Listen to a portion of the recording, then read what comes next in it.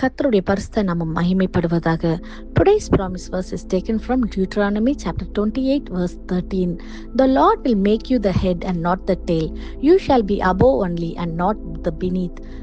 யுபாகமம் 28 அதிகாரம் 14 வசனம். கர்த்தர் உன்னை வாளாக்காமல் தலையாக்குவார், நீ கீழாகாமல் மேலாகுவாய்.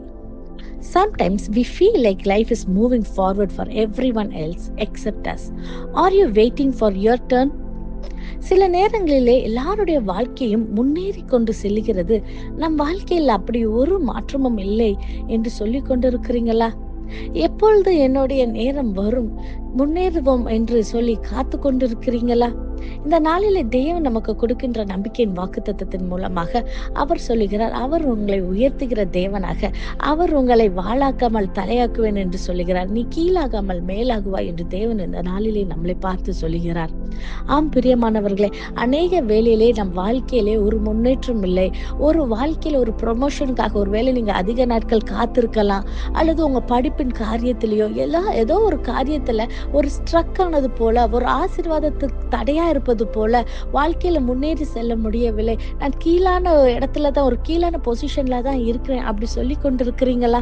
இன்னைக்கு தேவன் உங்களை பார்த்து சொல்லுகிறார், அவர் உங்களை வாளாக்காமல் தலையாக்குவார் என்று.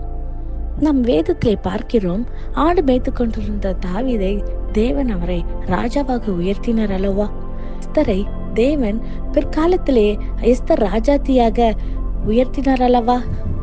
அநேகரால புறக்கணிக்கப்பட்டு குழியிலே தள்ளப்பட்ட யோசேப்பை தேவன் நினைவு கூர்ந்து ஏற்ற வேளையிலே அந்த எகிப்தின் தலைவராக அதிபதியாக உயர்த்தினார் அல்லவா?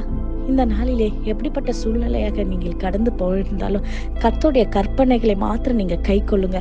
அவருடைய சத்தத்துக்கு நீங்கள் செவி சாய்க்கிறவர்களாக இருந்தால் நிச்சயமாக இந்த ஆசீர்வாதத்தை நீங்களும் உங்க வாழ்க்கையிலே சுதந்திரத்துக் கொள்ள முடியும். You may feel forgotten or left behind, but God hasn't forgotten you. Keep trusting Him, keep walking in obedience, and your season will come. The Lord has promised to make you the head and not the tail. He will lift you up in His perfect time. நம் கண்களை மூடி ஜெபிப்போமா? நேசிக்கிற நல்ல தகப்பனே, இந்த காலை வேலைக்காய் உமக்கு நன்றி செலுத்துகிறோம் கர்த்தாவே. அப்பா, நீர் கொடுத்த அந்த வாக்குத்தத்த வசனத்துக்காய் உமக்கு நன்றி செலுத்துகிறோம் கர்த்தாவே. அப்பா, இந்த வாக்குத்தத்தத்தை கிளைம் பண்ணி ஜெபிக்கிற ஒவ்வொரு பிள்ளைகளுடைய வாழ்க்கையிலப்பா இந்த நாளிலே ஒரு மாற்றத்தை தாங்கப்பா. எதிர்பார்க்கிற நன்மைகள், எதிர்பார்க்கிற ப்ரொமோஷன், எதிர்பார்க்கிற உயர்வுகள் அப்பா நீர் தந்து அப்பா பிள்ளைகளை நீர் தலையாக உயர்த்தும்படியாக என் கர்த்தர் எல்லாவற்றும் பிள்ளைகள் வாழ்ந்து சுகித்திருக்கும்படியான கிருபைகளாலே நிரப்புங்கப்பா. காத்துக்கொள்ளுங்க, வழி நடத்துங்க. எல்லா துதி கன மகிமை ஒருவருக்கே செலுத்துகிறோம். இயேசுவின் மூலம் ஜெபிக்கிறோம். ஜெபம் கேட்டபடியால் ஆமென். God bless you.